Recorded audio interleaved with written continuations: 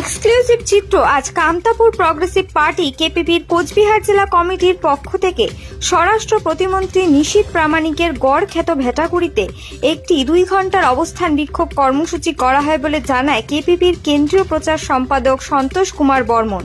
এদিনের অবস্থান বিক্ষোভ কর্মসূচিতে কেপিপির প্রায় 5 শতাধিক কর্মী সমর্থক উপস্থিত ছিলেন বলে জানান কেপিপির নেতৃত্ব। কেপিপির অবস্থান বিক্ষোভ ঘিরে ভেটাগুড়িতে তুমুল উত্তেজনার সৃষ্টি হয়।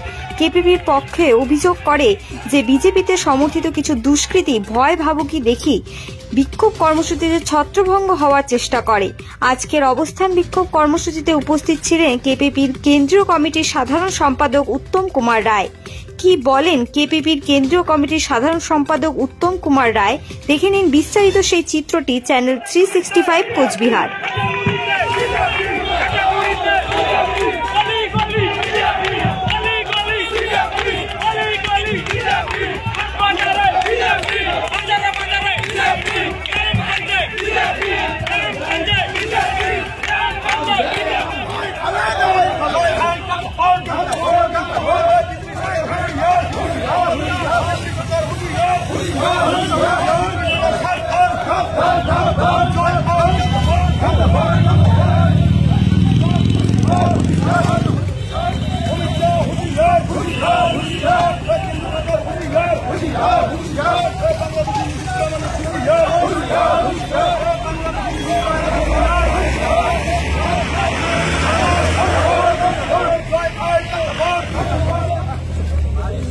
লোকসভা নির্বাচনের সময় কেন্দ্র সরকারের স্বরাষ্ট্রমন্ত্রী অমিত শাহ অনেক প্রতিশ্রুতি দিয়েছে কামতাপুরের মানুষের, কেটার কুচবিহারের মানুষকে।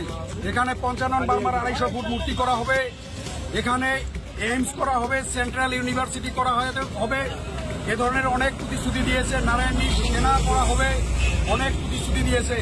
তারপরে বিভিন্ন সময় আমরা দেখতে পাচ্ছি বা আমাদেরকেও বিভিন্নভাবে কয়েছে যে আলাদা কেন্দ্রীয় শাসিত অঞ্চল হবে, অনেক উন্নয়ন হবে, এক্সক্লুসিভ ডেভেলপমেন্ট হবে, কিন্তু ভোট এসে গেল আজ পর্যন্ত কোনো একটা প্রতিশ্রুতি কার্যকারী করে নাই।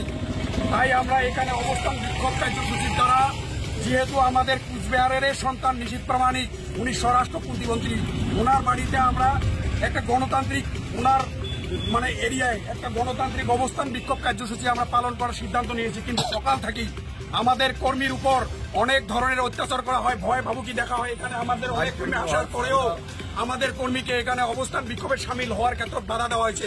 আমাদের ফ্ল্যাগ খুলি ফেলে দেওয়া হয় ওখান থেকে, আমাদের যে মাইক ছিল মাইক ছিনিয়ে নেওয়া হয়, আমাদের কর্মীর উপরে টর্চারিং করা হয়, অনেক গাড়ি আটকে দেওয়া হয়, আমাদেরকে ভয় ভাবুকি দিয়ে বিভিন্ন জায়গায় আমাদের গাড়ি আটকে দেয়। আমাদের কর্মীকে এখানে অবস্থান বিক্ষোভে সামিল হওয়ার কোনো সুযোগ দেয় নাই।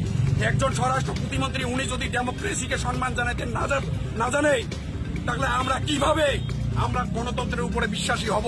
তাই আমরা ভারত সরকারকে আবেদন জানাতে চাই, এই ধরনের মন মানসিকতার মানুষকে যদি আবার ওনার উচ্চ শিখরে বসায়, তাহলে আমরা কার কাছে ন্যায় চাবো?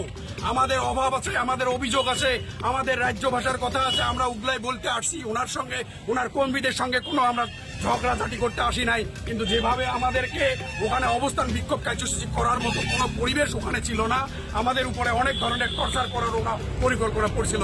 তাই এই ধরনের নোংরা কার্যকে আমরা তীব্রভাবে নিন্দা জানাই, ধিক্কার জানাই।